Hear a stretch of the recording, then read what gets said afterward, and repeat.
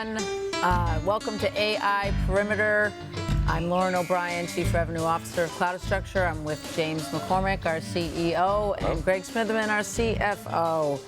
And we have a special guest, Ed Burnett, returning to us today. Every day in the United States, $18 million worth of cargo is stolen. That's every single day. And we are here to learn from Ed just exactly what goes on behind the scenes of some of that theft and what the promise of AI brings. So welcome, Ed. Ed has spent more than 2 decades as a senior security executive and fraud investigator, working for some major logistics companies, but he's also a former military police officer, so he's been dealing with security for much of his lifetime. And so welcome, Ed.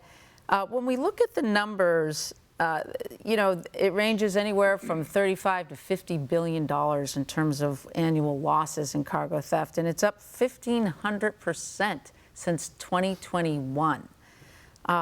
What is, in your career, does those numbers sound accurate, or are they underreported, overreported? Well, I think when you look at actual cargo theft reporting, at those numbers, it's underreported. When you look at the impact of the entire supply chain and the economic impact, that 35 billion to 50 billion is pretty accurate. And do you think that with the age of, AI, are you expecting that this will kind of continue to escalate, or is there a promise there that folks can kind of get some alleviation of that pressure? Well, I think AI is the answer to a lot of the theft concerns that we're seeing today. I think that as AI continues to evolve, then the solutions are going to come in to be able to get ahead of the criminals who, they're extremely intelligent and they are working in the AI field just as strongly as those of us that are trying to protect the merchandise. Well, we have questions, all of us have questions for you, and we're going to start with James. Yeah. So, Ed, you talked about underreporting, right, just a little bit. So, CargoNet and other firms acknowledge or report that 30 to 40% of cargo theft goes unreported, right? And my question is, in your experience, why do companies stay quiet, right? Why don't they report 100%, and what does that cost the industry in the long term? So you're right about the underreporting when it comes directly to cargo theft. There's numerous reasons why that is. CargoNet takes an average and comes in with their figures, which are very fairly accurate. But when you talk about companies that don't report total loss, there's reasons for that. Right, it's a competitive advantage for others to use that against companies when they're trying to get customers. It is internal customers to a logistics company that does not want their name associated with loss of their product. And then it also comes down to companies that do not want to divulge what the impact of loss is, because then they get into their internal security measures, which need to be kept confidential. There's a risk tolerance for every carrier, and when you get into, although the amounts that we're talking about are staggering, there's also a risk factor that is acceptable to both customers and carriers as well. Greg? Yeah. So you mentioned earlier, Ed, how the dynamics of the theft is really changing. And years ago, it was probably more smaller rings, smaller groups going in and making opportunistic thefts. But now it's big international crime rings, much more sophisticated. How has that evolved? How do you see it continuing to evolve? And what are the challenges for companies going forward? Right, and all valid points. I think when you talk about organized crime, there's always been an impact on organized crime for cargo theft. and you hit on it, where we're seeing the change now, we've been seeing it for 10 or 12, 15 years, is the sophistication of organized crime and international organized crime of being able to use data to manipulate the system and their own AI theft measures to get into systems. So we're seeing much more of what we call strategic theft, where they have the ability to get into someone's shipping network, change the brokerage information, have a nefarious driver come on property, pick up a trailer, leave, and in the meantime, while they're doing that, they have the ability to go in and actually change the invoicing from the original customer to show, for example, let's say that a trailer has 30 pallets of TVs on it, and it's going to a warehouse, and the transportation time is less than 24 hours to get there, where they have the ability to come in and change the invoice to show, well, only picked up 6 pallets, and that trailer goes to a media warehouse where it's offloaded, and then it gets to the final destination where they're receiving electronically an invoice that says they're only supposed to receive 6 pallets, and it matches the invoice that the driver's bringing to them. So that sophistication is where we're seeing a drastic increase in that type of theft. The AI that we need and have to evolve to is set to where it identifies those fictitious brokers, those fictitious invoices, and be able to stop it before the crime is committed. All right. Jay? Great. Yeah. That is absolutely fascinating. Yeah. But I guess it makes sense, right? That as deterrences increase, so does the sophistication of the crime. So Ed, our understanding is that thieves also deliberately target non-serialized goods, right? Like food, beverages, energy drinks, whatever, because they can't be traced once they leave the truck, right? So here's the question: can AI and computer vision help to solve that problem? Or is this just a fundamental gap? Or is there a fundamental gap in the defense systems to try to stop those types of thefts? So there has been a fundamental gap in that. But what is coming around is the RFI tag and the ability to be able to track those type of items or cargo through a RFID technology and be able to overlay the AI component of that to be able to really dig into that loss. Mm-hmm. So trucking and logistics is a big market, as you know.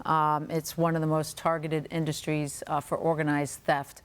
AI surveillance, remote monitoring, behavioral detection, those tools have been around for a while. Why is there, we see it as a perceived slowness in the adoption of those technologies from those trucking and logistics companies? Maybe just recently they're starting to pick up a little bit, but what do you think has really led to that slow adoption? Cost, culture, what are your thoughts? Well, I think culture is one. Those that have been in the game for a long time don't have the skill set to apply AI to solutions that need to be addressed. I think that the fundamental change from your traditional security measures, tracking ability, interviewing ability is lacking that component, and it has to have that component to improve to where we need to be today. Cost, I think that when you talk about cost, there's different things that come into play with that. Those that are sitting in an executive chair in the security suite, they need to have a very strong financial acumen and be able to identify the cost and the return on investment. So if I'm able to go in and say, I need to spend in my budget $500,000 on AI and increase proactive solutions based on an AI model, then I'm able to go back and see a return on investment for loss reduction, redundancy, being able to look at headcount. So I should be able to offset that spend. If I don't have the ability to articulate that change, then I'm not going to be able to substantiate the cause to increase my spend. Right. And as we know, just one trailer alone can have 200 and something thousand dollars worth of goods. So if you stop one theft, that's 200,000 right there. In our recent implementation, we've stopped we've seen 75 tailgating incidents for one of our customers over the last 3 months that we've prevented. And we tallied up an estimate of, we saved them over $5 million already in 3 months, so it is significant, and that is worth putting out. Greg.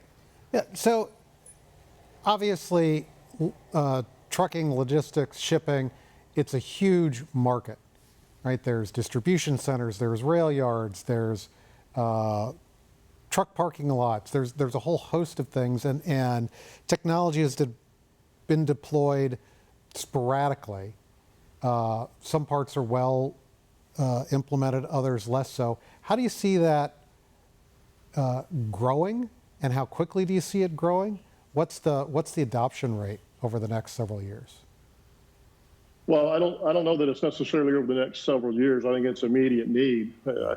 Security professionals have to recognize the impact that AI and proactive solutions can have to their bottom line and their success.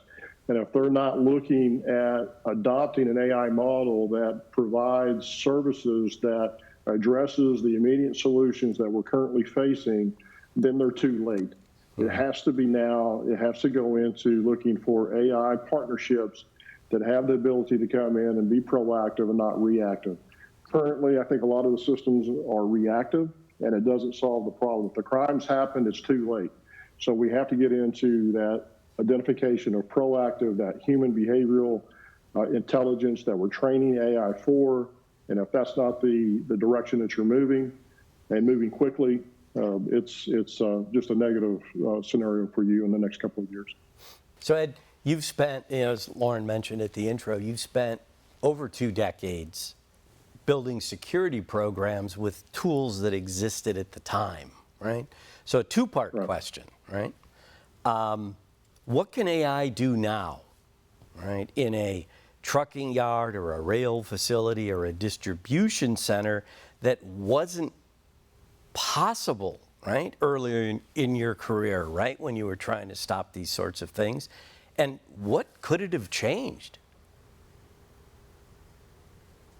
Well, I'll start with the latter first. It could have changed the perception of customers and the trust factor that they have in their carriers that are tasked with protecting their merchandise.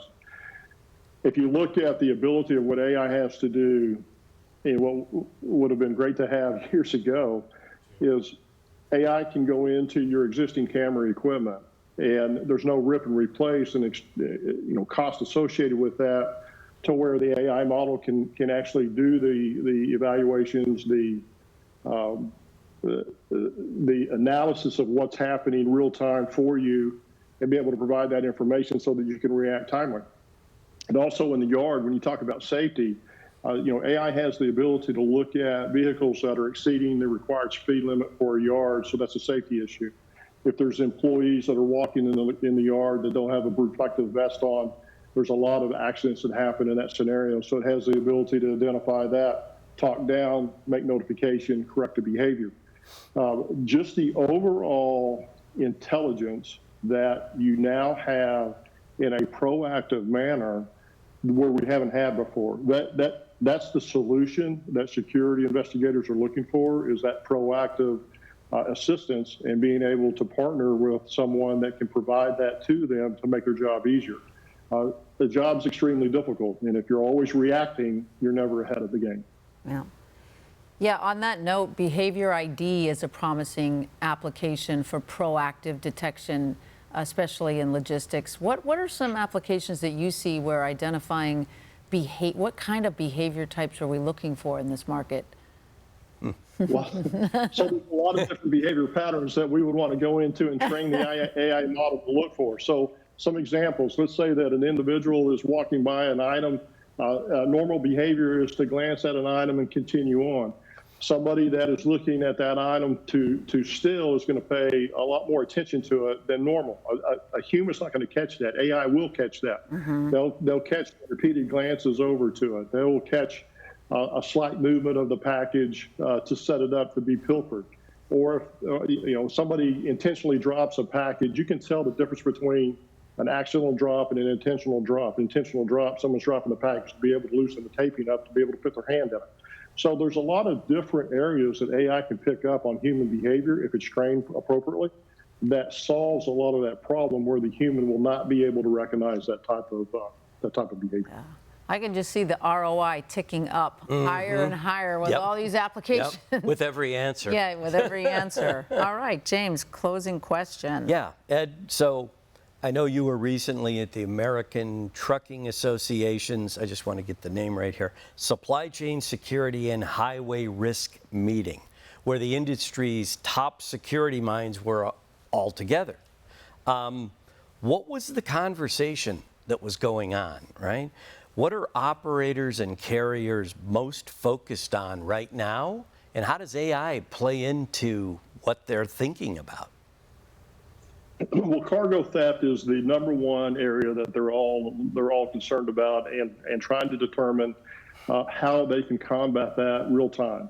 And what I found interesting was the understanding of the impact of what AI can bring to the table if they're asking the right questions and they're willing to partner with a company that is able to build the need for them, or the solution for their need, I should say.